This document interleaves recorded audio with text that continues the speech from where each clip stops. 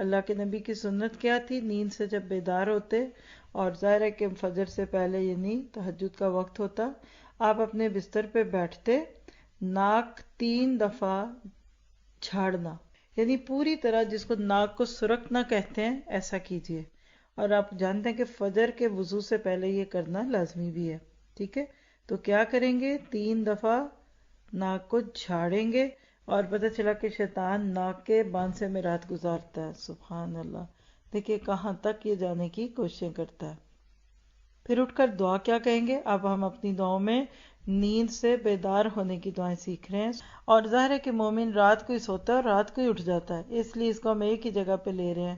یہ نہیں کہ دن چڑھے پہ دعائیں مانگتا ہے، نہیں، اللہ کے نبی اٹھتے تھے اور اٹھتے ہی کیا کہتے تھے؟ پہلی دعا، الحمد للہ الذی احیانا بعد ما اماتنا والیہ النشور۔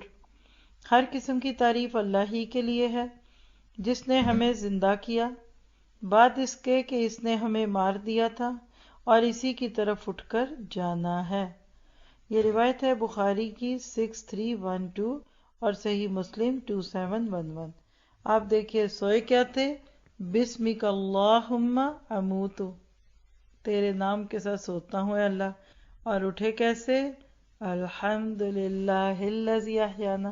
نیند سے بیدار ہونے کی دوسری دعا، الحمد للہ الذی عافانی فی جسدی ورد علی روحی واذن لی بذکری۔ ہر قسم کی تعریف اللہ ہی کے لیے ہے، جس نے مجھے جسمانی عافیت دی اور مجھ پر میری روح لوٹا دی اور مجھے اپنی یاد کی اجازت دی۔ جی یہ روایت دیکھیے، ترمذی کی روایت 3401۔